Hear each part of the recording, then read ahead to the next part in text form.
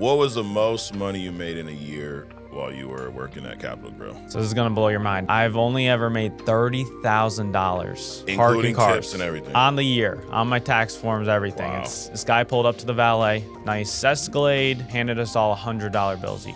He came back out of the restaurant and we asked him, we're like, hey, what do you do for work? He said, I sell life insurance. He's like, take your test. What do you have to lose? And he asked us, he said, what's the worst tip you got today? We're like, $0. He's like, I'd punch him in the mouth if they gave me $0.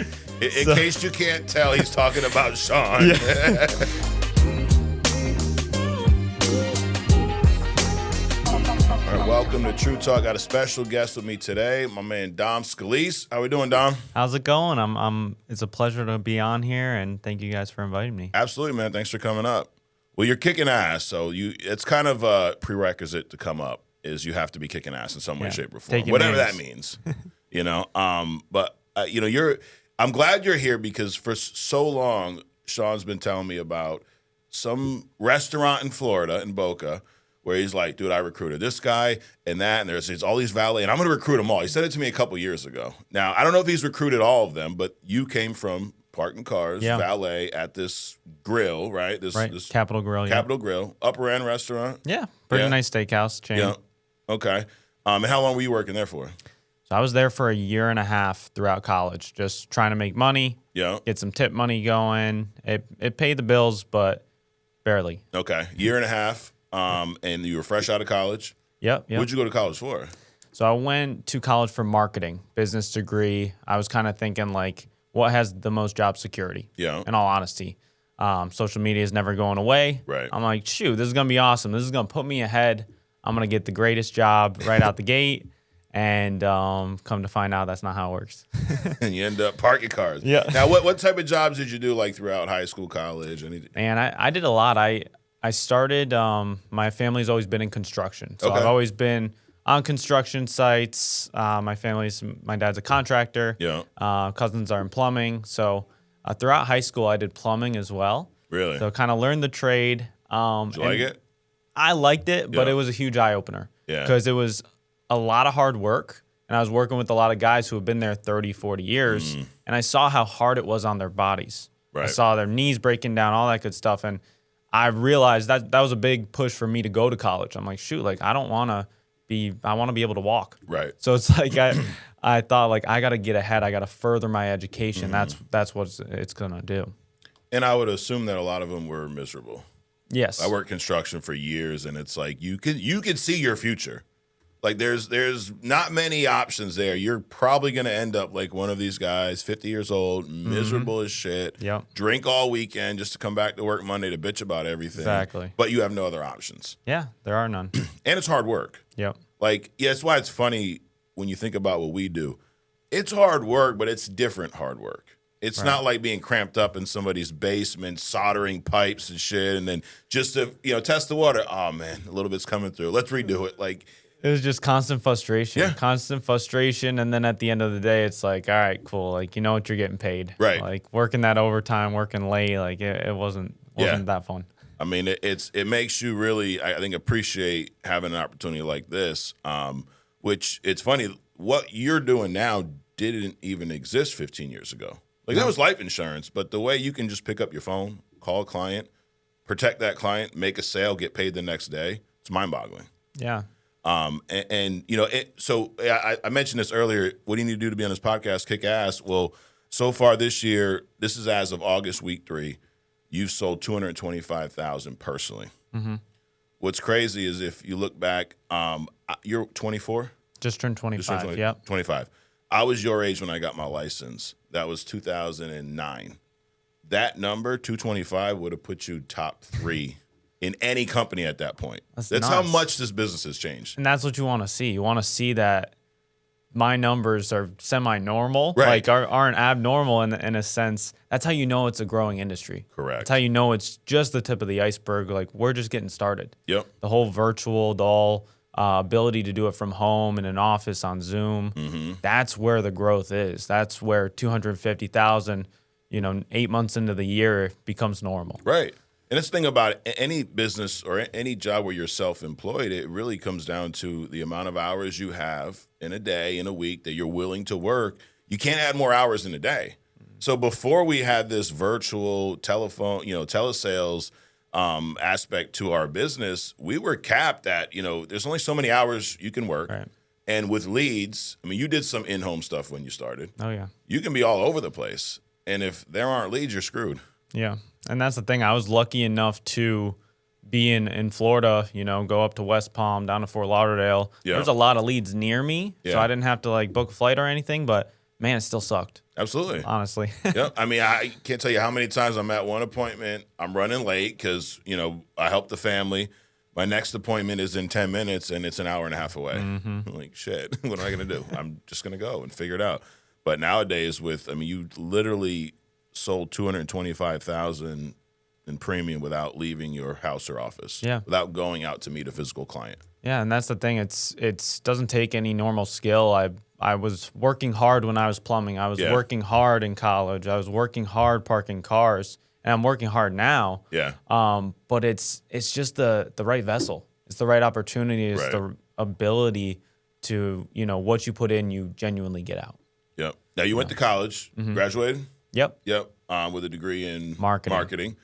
So go back to that a little bit. You chose marketing, but thinking like you would do something in social media. Right. Yeah. I was just thinking at that time, honestly, I knew it was easy classes. Yeah. I didn't always love school. I was never happy to do the homework and stuff, but I wanted something that I could use to either further my own business. I've always kind of had an entrepreneurial mind.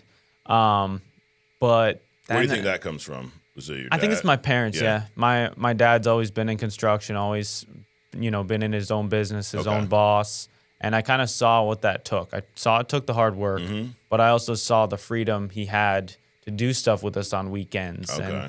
And, sometimes having to go finish that job, and the frustrations he had as well. But I always saw it was worth it because I had a very comfortable childhood, in all honesty. And I know that's something I'm very grateful for. Yeah.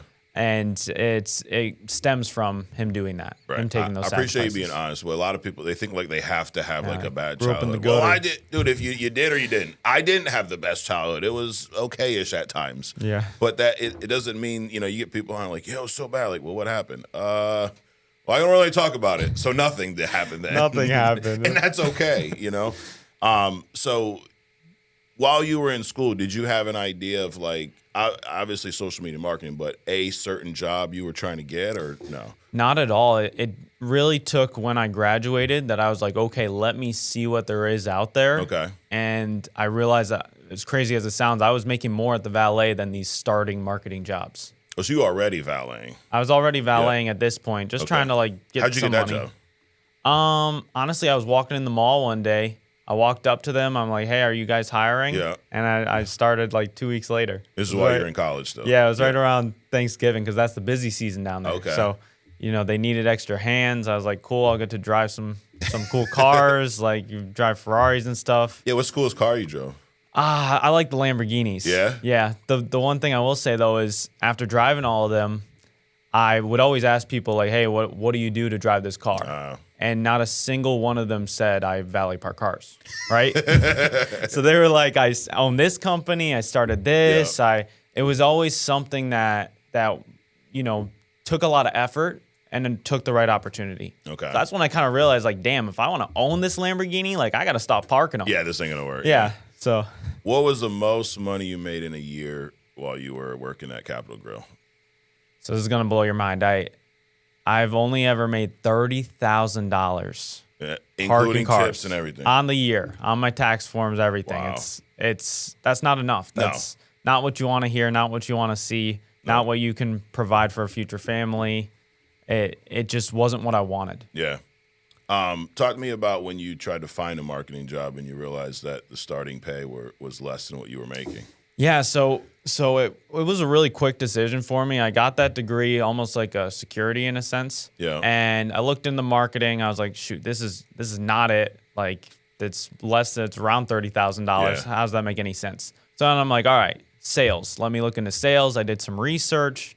I was like, sales is uncapped commission. Mm-hmm. You can get some salary with it, whatever. So I looked into all these sales opportunities. I went into about 11 different interviews over the summer. And I found a problem with all of them. They were either super sketchy, walk in, guys are in tracksuits, selling loans. And it's like, then it's like the yacht sales I looked into, commercial real estate. And I found a problem with all of them. They weren't scalable, or they were like, hey, don't expect your first deal in 9 months. And it's like, in 9 months? 9 months of commercial real estate. They're like, hey, you're not going to get paid for 9 months. I go, oh, but there's a little salary. They're like, no. Like, that makes no sense. So you're telling me I have to have some rich parents who can take me through those 9 months. Like, so that's where, I kind of found this opportunity. Yeah. Yeah. How'd you find this? Yeah. So after looking into all those jobs, going into all those interviews, I honestly was kind of giving up. I was like, should I settle for this one? Like health insurance or something. I was like, I don't really want to do that.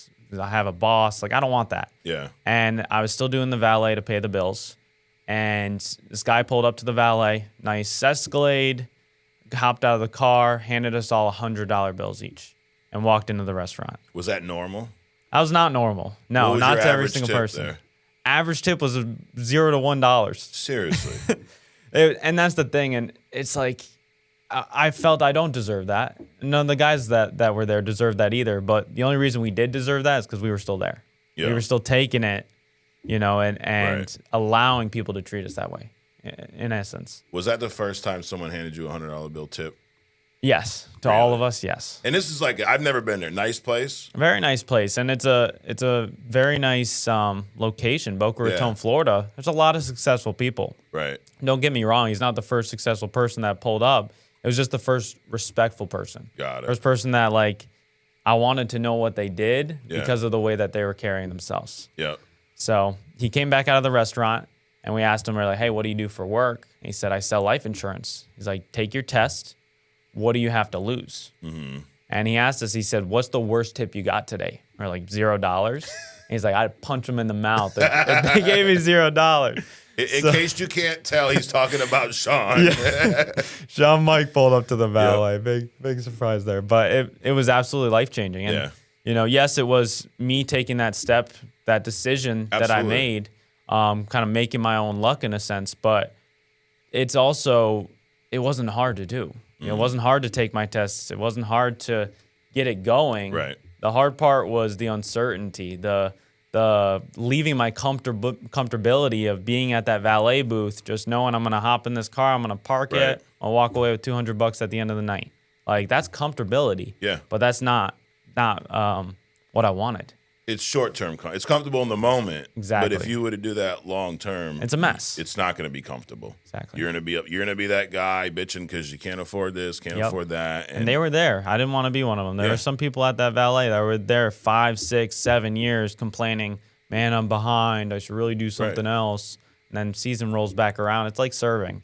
You stay for the season, it's busy, you struggle the whole summer, and then you're like, I got to do something else, and then, it's season again. It's a trap, Yeah. And it literally just goes back to a mindset, just like everything in this business. Like, you're in this mindset of, I'm going to work this job and complain about it, because a lot of us grew up hearing our parents complain about their jobs and our grandparents complain about their jobs. So it's like, we're just conditioned. You're supposed to have a job that you're supposed to bitch about, Don. Right? Because what else would you do all weekend long while you're getting drunk? You got to complain about something. Exactly. But it's in you're making a decision, whether you're staying there or not. You're still making a decision. Right. Those guys that have been there 5, 10 years, they're deciding to stay there. That's on them. What's funny is what you described: Sean rolling up, giving out $100 bills, saying he's punching someone in the mouth, telling someone to get their license.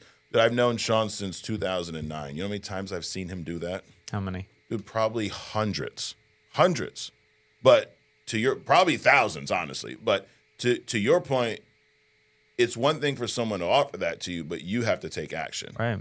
Because all of these individuals that I've seen Sean do that with, and anyone else who's traveled with him, ask Andrew Duran's, like, Gary, he's probably doing it right now. Most of them do nothing. And that's the I guess the beauty about this business. And you said before we got on, like, anyone could do this. Yes. But then I countered and said, but most people won't. Exactly. And the opportunities are always there. Whether Sean's walking up to the valet or you're watching this video right now, it's like you have a decision. You could turn off the video and go back to doing what you were doing. Right. Or you can take a step. You can message somebody. You could say, look into it more, do a little more research, and make that conscious decision. And that's exactly what I did. I made a conscious decision to further myself, and I ended up changing my life. Yeah. You know? How many other valet drivers were there when Sean, I guess, pitched this to you guys? So there were 5 of us there. Okay. And what's funny is one of them was like, yeah, right. And like kept doing his thing. Yep. He was like, Gabriel, it's probably a scam, like all this stuff. And the other 4 were just like, whatever, like cool tip. All right, let's get back to work. And what's funny is the one that was like, oh, probably a scam and stuff. I basically just kept them up to date on how I was doing. So first week I was like, hey guys, I didn't make a sale. Second week I was like, hey, I made my first sale. I'm going to make $900. They're like, what? Like, how does this work? How does that work? I'm like, honestly, like, I don't know. Right. I'm going to figure it out, though. And they kind of just saw me. Not that I was killing it. I wasn't killing it by any means 2 weeks in. But they saw me. They saw, like, a sparkle in my eye. Like, I was excited for something. I was trying to strive for better. Yeah. And the guy that was like, oh, this is probably a scam, he's my biggest leg in my business to this day. That's funny. What's his name? Alan Stanges. Shout out, Alan. See, it's not a scam, is it, Alan? What made you decide to make that jump? Because like I said, I've seen Sean, and not just Sean. I mean, there's a ton of people. This is what we do. Yep. We offer this opportunity to any and everyone, but most people just disregard, never follow up. In fact, when I met Sean at a meeting in May of 2009, gave me his card, and I sat on it until September. So what was it that made you even take that leap of faith or decide to give this thing a shot? It was my girlfriend at the time, Taylor, and basically we've been dating at that point for like a year, 2 years. Okay. And I wanted to, like, holidays would roll around, and I wanted to be able to get all this nice stuff. She's got expensive taste. Yeah. And I wasn't able to get any of it for her. And that really sucked to want to do something, want to get something, and look at my bank account and know that I can't, or know that it would set me back or whatever. Right. So it was that fear of not having the comfortability for my future family. It's like, I'm 25, I don't have any kids, I don't have any family now, but like, I don't want to wait until I have it and then be like, oh, shoot, what am I going to do? I want to preemptively, I want to plan for that.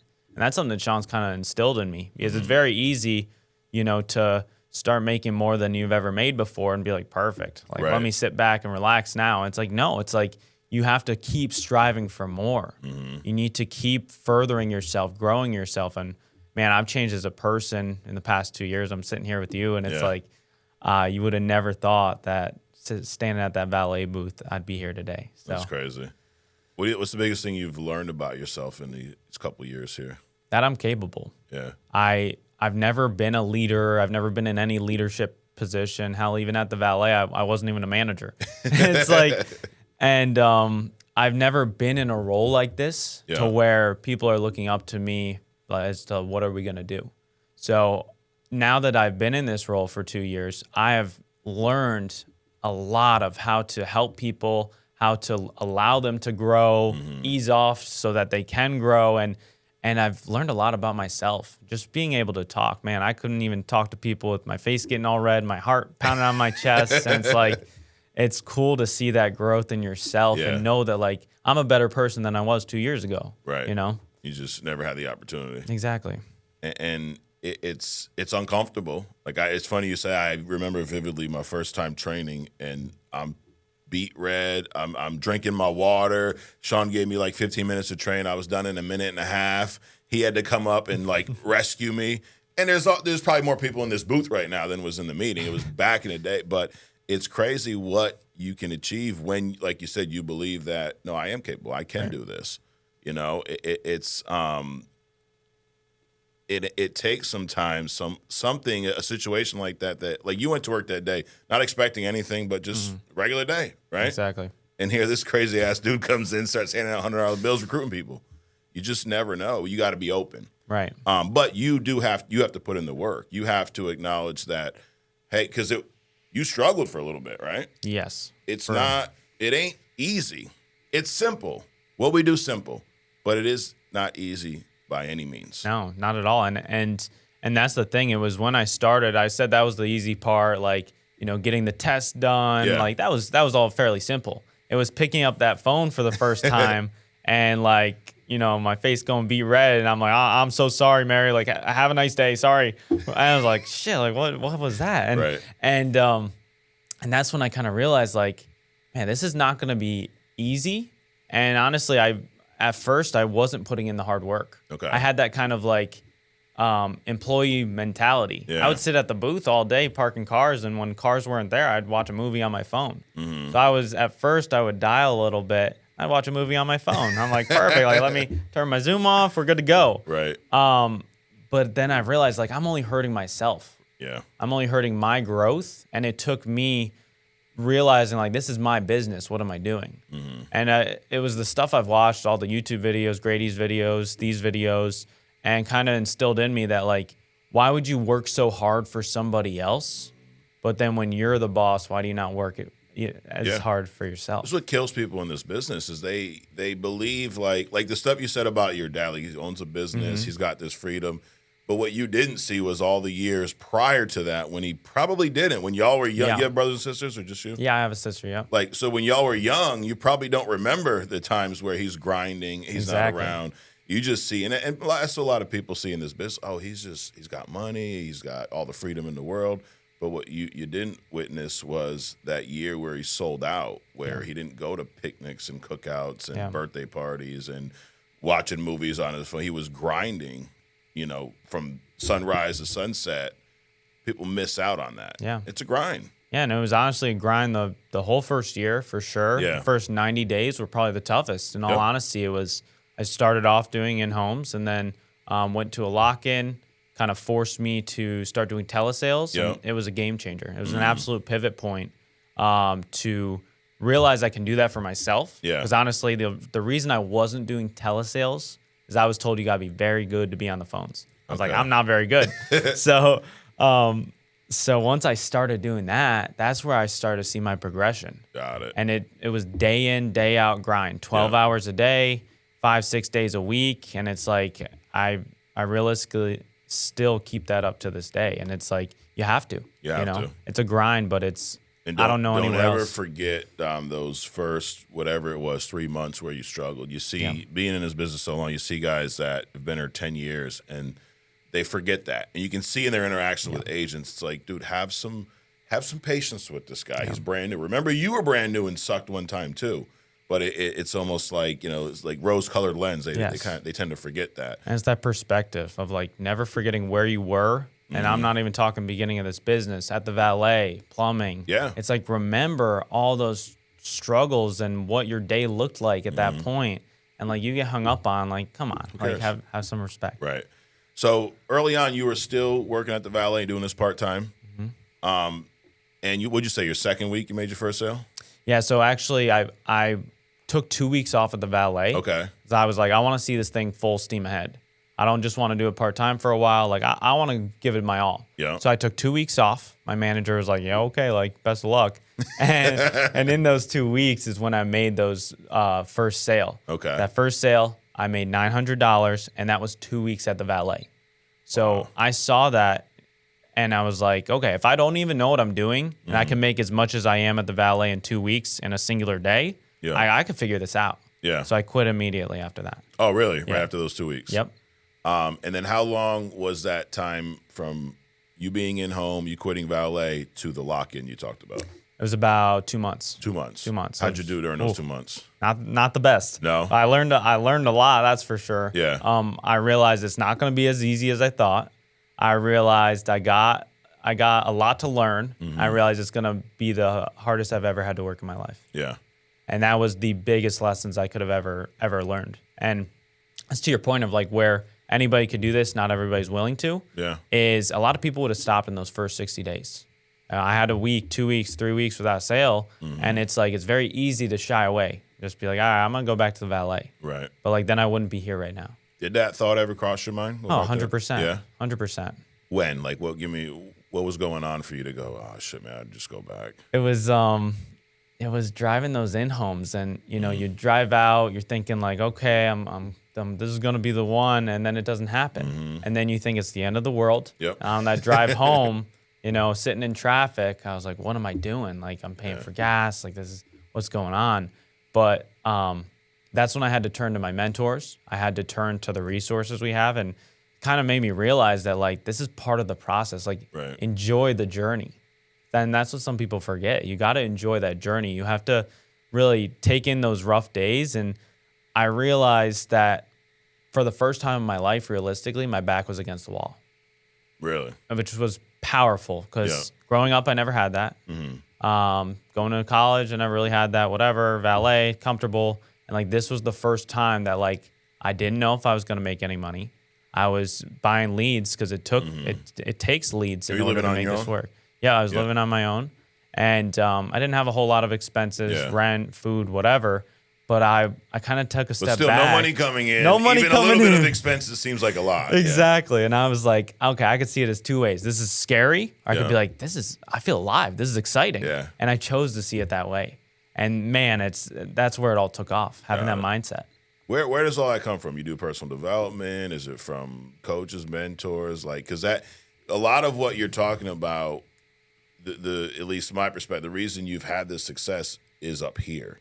And that's stuff that it's hard to teach. Now, it's easier to teach someone who's 24, 25 versus someone who's 52 because they know everything. It's always bothered, like, you know everything and you're broke and you're responding to an ad on Craigslist of all places, but you got it all figured out. Yeah. But was that something that you had coming into this? Did you work on it through personal development, through mentors? How do you always have that, or at least sounds like you've always had that, positive mindset? I've always tried to, like, not have an ego in a sense, and just coaches throughout my life, coaches, mentors from sports growing up to when I was plumbing, I was working with my cousin. Yeah. He's a phenomenal person.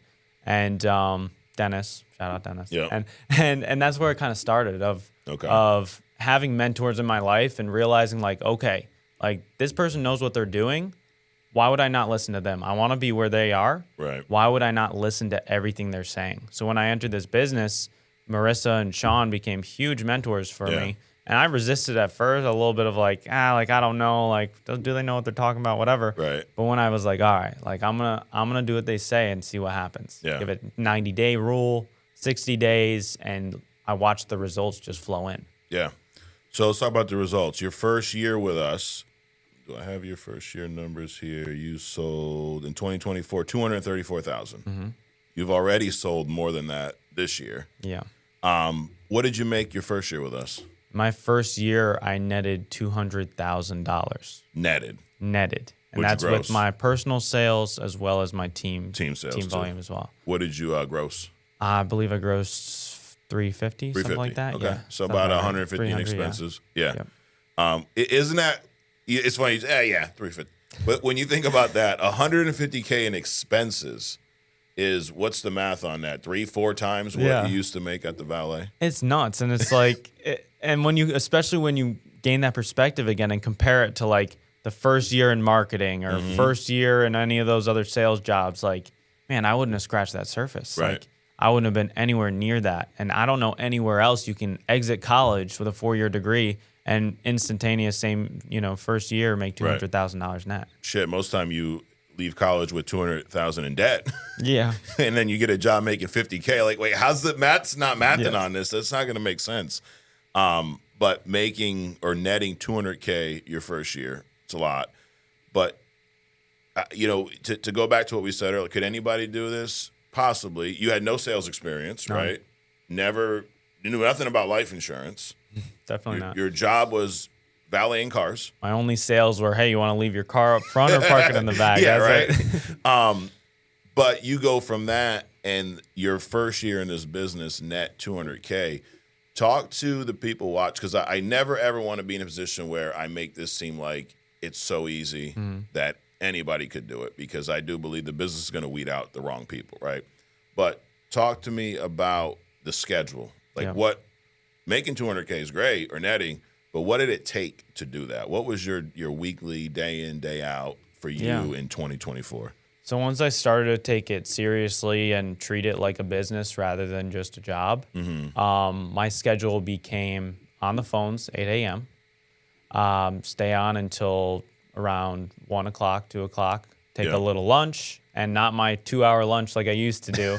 Shorten it, do like a 15, 20-minute lunch, and then back on the phones for the rest of the day. Yeah. And it was exhausting at times. Some days. When's the day end? The day ended when I either had a sale or I reached my dialing goals. Okay. Which starting off, I always wanted to reach 150 contacts. Okay. So that's with double dials, all that good stuff, but 150 contacts. And that's all it was. It was just working hard, but the biggest difference was working just as hard, if not harder, especially when I didn't want to. And that's what set it over the edge, because anybody can get this motivation. They're like, hell yeah, like this is great, I'm going to do it. But then when that motivation goes away and you don't want to dial like on Saturday or I've been on long enough, like I'm going to hop off early today, and you stick it out longer, that's where the separation becomes. That's where people that are good become great and great become legendary. Yeah. So you did this how many days a week? I was dialing 6 days a week. 6 days a week. Yep. And you're dialing for appointments or one call close? So once I switched virtual telesales, I was one call close. One call close. So, that's what I found to be the best. And yeah. Yeah. Now, throughout the year, you have ups and downs, right? Was there a point where you had downs where, maybe you weren't making sales, where you were struggling, where even after having success, you still thought, you know what, maybe this isn't it? It's very easy to doubt yourself. Very easy.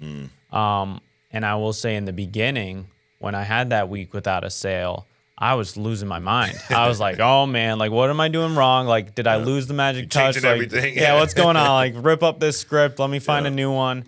But looking at it now, and there's still, some weeks my team doesn't do great. I don't do great. Yeah. But the biggest difference is I keep a level head now. And I know, like, all right, been here before, know what I'm doing. And just keeping your head level. Because it's very easy to have a small dip. Yeah. But then your mindset keeps you down on that dip. Absolutely. So I realized the stronger your mindset is, the more you're like, I know what I'm doing. I'm confident in my skills and my hard work, that it becomes a short dip and you ride that high longer. Yeah.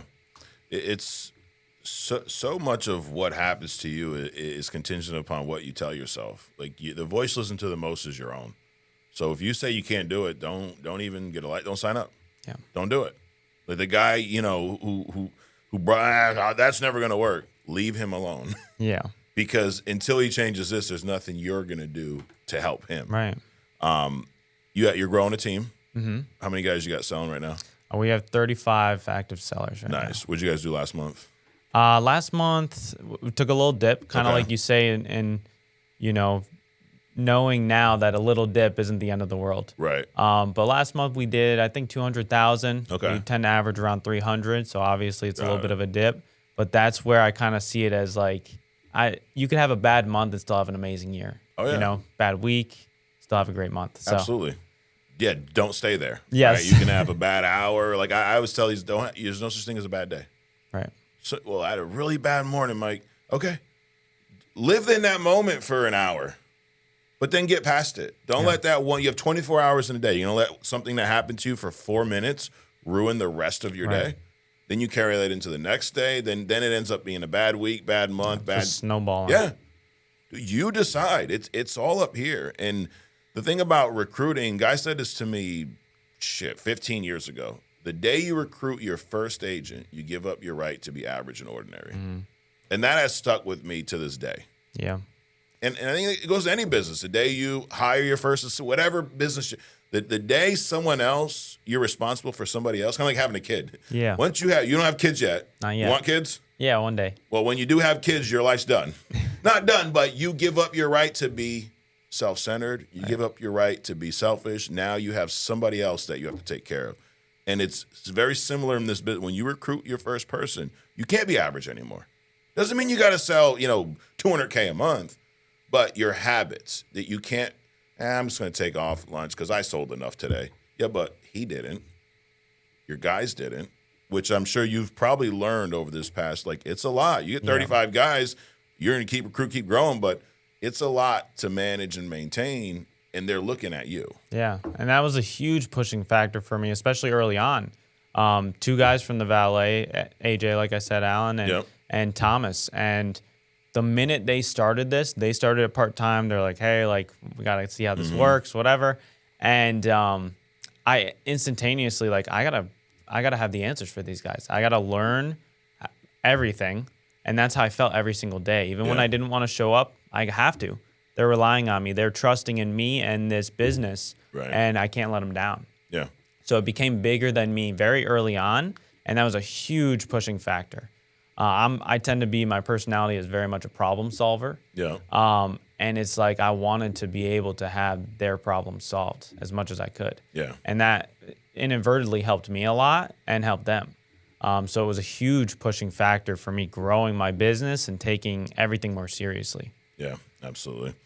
Well, we every week, we like to shout out some top agents, some rising stars. We had I had my boy Ronnie Salem up a couple weeks ago. I love Ronnie. He's the best. He is awesome, dude. What'd you say to me earlier about his business? I want to emulate his business. Yeah. I think he has a beautiful business model, and he's doing a lot of good stuff. And what's funny is we started around the same time. Yeah. So that goes to show how successful he's been and how much I strive to be just like him. Dude, he's been on an insane pace. And, you know, when he was up here a few weeks ago, and if you haven't, check out his True Talk. It was great. I asked him because I don't remember the exact numbers, but I think he like quadrupled his volume in a year. I had him up last year, and he was doing great then. And then he comes this show. I'm like, holy shit, dude, what are you doing? He said to me, once I started through social media, through marketing, started focusing on the people on my team instead of myself, my numbers blew up. Yeah. Because it's one thing if you're doing it. That's great. But after a while, no one cares anymore. Right. But these guys you're shouting out, that's where you really start to grow, is when you can now shine the light on somebody else. So he actually sent us a video, a couple rising stars. We have Ab Nasser, who sold 50. Actually, I'm not going to give you the numbers because he gives them in the video. So let's check out Ronnie Salem. We got Ab Nasser and Adam Garbra. If I said those wrong, I apologize. Ronnie Salem checking back in for the Tuesday tip of the day, this time from Playbook HQ with some of our heaviest hitters on the team. Ab, what's been the biggest month so far with the Playbook? $54K. Adam? $55K. You got him by a grand. What is your number one tip for agents looking to get to the next level? Number 1, stick to the script. Number 2, try to close 2 before 2. And number 3, do not leave the office until you're hitting 250 leads a day. Fire. Here's some custom drip for you. Thank you. Adam, how the fuck are you in college and putting up $50K a month? I might have failed all my classes, but I deposited more than all my professors combined in 1 month.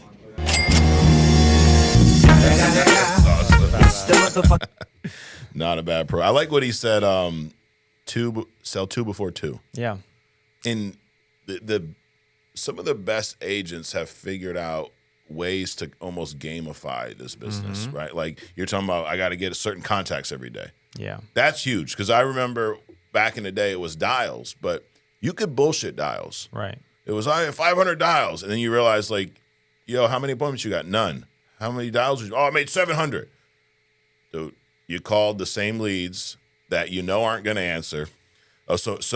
You called the same leads that you called yesterday at the same exact time when they don't answer. What do you think's going to happen? Yeah. Exactly. Did you get new leads? No, I still got plenty I got to work through. Okay, so now you're bullshitting your dials. Spinning your tires, yeah. Yep. So your concept, your idea is I need X amount of contacts a day versus that. When did you start that? So it's something I started early on because it's easy to be, you call the same lead 5 times. It's like, whoop-de-doo, that's 5 dials. That's not the same thing. Right. So it's being able to give yourself actual at-bats, not just like swinging on the same pitch, Sure. But something I really like that he said there too was it almost sounds like it's not a goal for him, it's a non-negotiable. Yeah. It's like, I am going to hit this or I'm not going to stop. Right. And that's how you that's what differentiates people. That's why he's hitting $50,000 months is you only set your own limits. Correct. So you only limit what you tell yourself you can do and are willing to do. Absolutely. The minute you step past that and say, I'm willing to do whatever it takes and genuinely mean it, is where you go where you've never been before. Yeah.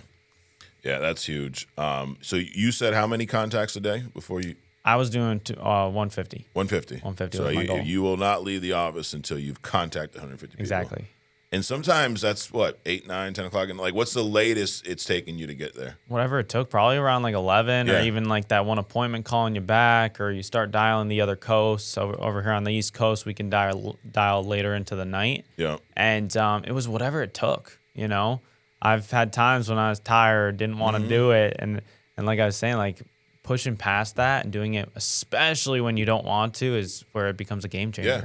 It's like, what voice are you listening? We all have those voices, right? One's telling you, Dom, you're good, bro. You sold 3 already today. Tomorrow's another day. You'll be fine. Yep. You can still have a good week. You got plenty of leads. You had a great month. You got money in the bank. Just take off an hour early. Go watch some movies. Go. Then the other voice is like, dude, knock it off. Yeah. You had this goal. You said you were going to do this, and it's on you which one. It's not easy. All right. It's sometimes it's that other voice sounds good. You're like, It's loud sometimes. Absolutely. And it's selling you. You're like, no, you're right. It makes sense, dude. I'm sold a bunch this week. I'm good. But momentum is hard to get once you've lost it. Right. Momentum's hard to get in the first place. Once you have it and you lose it, it's hard to get back. Yeah. And I think someone's asked me recently of like, you know, I tend to be the first one in the office, last one to leave. Yeah. Someone's like, Dom, like, how do you not, like, why are you here right now? Like, why didn't you leave a couple hours ago, whatever? And I've told them, I said, I don't even see it in my mind as a choice that I can leave. Right. The minute you take it out of your mind, like, no, like, what do you mean leave? Like, I can't. Mm-hmm. And you don't even give yourself, well, I guess I could, and try and justify it. Like, no, there's no shot. And that's where you kind of set your own expectations, and you got to be a hard boss to yourself. Absolutely. So, like, take it out of your mind. I'm not going to do that. It's not even an option. Right. Because there will be a time for that. Like right now, you don't have kids. Now's the time to do the shit you're doing. Exactly. Do that now. Work your ass off now. Do the hard stuff now, so that when eventually you guys, then you can get up and go. My kid, like, I don't miss anything from my kids anymore, unless I'm out of the state. Yeah. I don't care if it's now. Thank God they're all above the T-ball age, because I did miss some T-ball, which was good. But I don't miss. My daughter has an assembly, a gymnastics thing, or whatever. I'm there, but there was a long time where if I had kids, I wouldn't have been at anything. Yeah. And just enjoying the journey too, Yeah. you know, because it is hard at times, but being able to do something that has purpose and something that you're furthering yourself, helping other people, whether that's agents, clients, it's a lot more deeper than parking cars. Like I was parking people's cars. Like if I wasn't there, if poof, I was gone and they weren't able to, you know, pull up to the valet, they could park like 50 feet over there and walk in. Right. It's like, I'm not changing lives. I'm not. Exactly. Yeah. So it's a big difference. And what we do, and that's, you know, not to shade any other sales industry, but it's not solar panels. It's not, you know, not selling cars. It's not memberships or vitamins or this tea that's going to make you, you know, lose 50 pounds in 2 hours or some other bullshit. It's something that the clients actually need and use. Yeah. Like being here a couple of years, have you had a death claim yet? Yeah, I've had a few, and it's one of those things that makes it very surreal. Yeah. You know, I've had ones that just go through the company, but I have had some beneficiaries reach out to me. Yeah. And it's like, it makes it really real. You remember the first time? Yes. Yeah. It was a client I actually, I noticed a missed payment, and they've had it for like a year and a half. So I was like, what's kind of going on? So I found the beneficiary's info. I reached out and kind of like asked what's going on, because her phone was disconnected. So I'm like, all right, like that's not a good sign. But you had the beneficiary's info. I had the beneficiary's info. So I got beneficiary's number, reached out to him, and she passed a month ago. Wow. And what's funny is, not funny, but he said, I said, hey, do you know that she had a policy? And he's like, yeah, I saw something quick, but I thought it was a 2-year wait, so it's whatever. I just didn't even do anything. I was like, I pulled it all up, and I'm like, she had day one coverage. Wow. Like you're gonna get that $15,000 to pay for those final expenses. And he was like, oh, he's like, thank you very much. So it was like just the crazy ability to, you know, hey, I wish he knew about it more. Right. And it sounded like he looked at it, but that's why we're there. We're there to help educate, help people out. Because I'm sure the last thing on his mind, even at that point, was like, you know, what am I gonna do? Right. So. Absolutely. Very cool experience. Because we're all going to die at some point. Yeah. And to be able to be in a position where we can make sure that when that happens to our clients, they're beneficiaries, their families are not dealing with the financial struggle. They're going to grieve. It sucks. It's part of life, but it sucks. Right. But at least we can alleviate that, the big burden, which a lot of times would kind of prevent you from even getting into that grieving process because you're so worried with how are we going to pay for everything. You're just looking at dollar signs. Oh, yeah. And dude, funerals are not cheap. Nothing about someone dying is cheap. No. Just to put a damn obituary in the paper is going to cost you a few $100s. Like, imagine that sitting down going, we'd love to give, a whole page, but that's going to be $500. Yeah. Let's cut all this out and save. Like, these are the conversations that people have. Like, Right. What if it's someone who didn't want to be cremated, but you only got the money for that because there wasn't a policy? Exactly. It makes it a lot more looking at the numbers versus them actually having that time to grieve. Yeah. Absolutely. Well, do we like to wrap up with some fun stuff, Dom? So we're going to play a couple games, bro. All right. We're going to play a game called Would You Rather. I'm sure you know how this works. Yep. Throw a couple statements at you. You let me know which one you'd rather do. So, all right, we'll start off. Number one, would you rather cold call your ex or door knock during the Super Bowl? She was crazy. So door knock There during you the go. Super Bowl. Would you rather have a client say, I'll think about it, or I have coverage through work? Oh, I like I'll think about it. Okay, 'Cause you like That's that one. that's a little bit more of a challenge in a sense, but it's a big smoke screen. It is. It's either they don't think it's important or it comes down to price. Right. So that's where you can get through that smoke screen and bring it back to like what's really important, what's Right. really going on. There you go. Would you rather get rejected 50 times in a row here or go back to valeting cars for a week? I do 50 times, million times. Doesn't matter.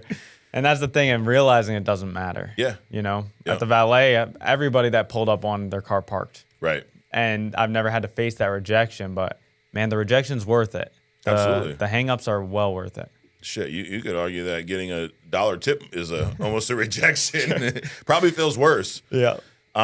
Would you rather never get a chargeback again, but you can't recruit, or build a massive agency and deal with 30% chargebacks? Massive agency. And the way I kind of justify that one is I was just stayed at a hotel overnight here. Yeah. And I doubt every single room was taken.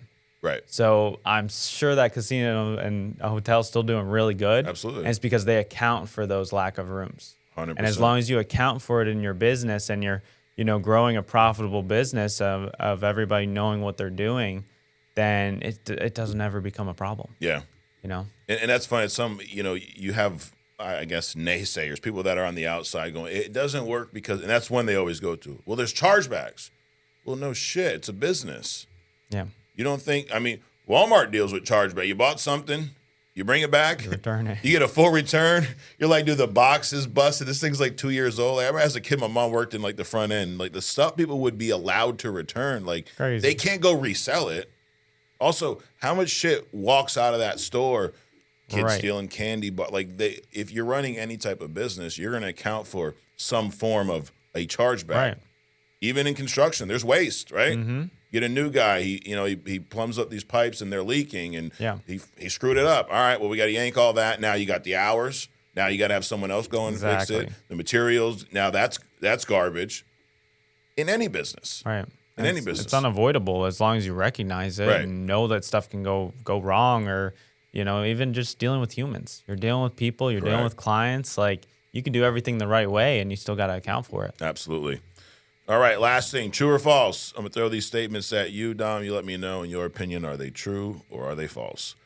Number one, you need a high school degree to sell life insurance.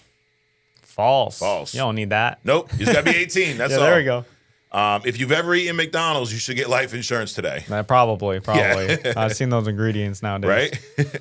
If you've been declined in the past, you can never get coverage again. Not true at all. Nope, not true. Some of the best clients are the most difficult ones to sell. 100%. Because those are the ones that not just anybody can call up. They're Right. the ones that are testing you, and that's where, the agent that has that little bit higher skill is going to come in and they got a solid client for life. Absolutely. Yeah, 100%. Those policies stick. They're usually big. I can't explain it, but they're usually bigger policies. And that guy's probably going to give you referrals. Yeah, One 100%. of my most difficult clients in the world gave me more referrals than this one lady gave me more referrals than probably all of my other clients combined. Yeah, and I believe she it. was a pain in the ass in the beginning. I walk in, she's got the QV, it's Home Shopping Network on. She's a hoarder. There's shit everywhere. She don't know where her policy. I was there for like an hour and a half.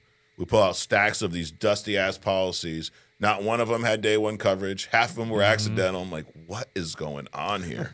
But anyways, ended up helping her and a bunch of other people. Most people fail in sales because they quit too early. I would say, yeah, that's true. You know, a lot of people, like I said, the first 90 days are the hardest part. Yeah. So if you're thinking like you're going to have instantaneous success and you give it 2 weeks or a month or 2 months, why give yourself a shot clock? You see what other people can do. Right. Why can't you do the same thing? Speaking of that, you can make more in 1 month selling life insurance than most people make in a year. Ding, ding, ding. That's very true. What's been your best month income-wise?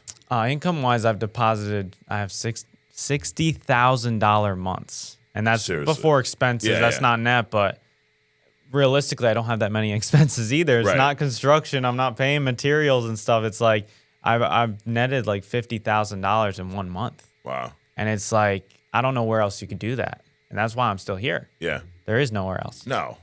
Almost double your salary from parking cars. And that's where the perspective comes in again. It's Yeah. like you always got to remember, like, obviously I want that number doubled and Sure. yada, yada. But it's like, take a minute to realize what this can do. And I'm nothing special. I'm the testament of nothing special. I was parking cars, no prior experience. No, I've never even talked on stuff like this before. It's like, that's, man, anybody can do this. Right.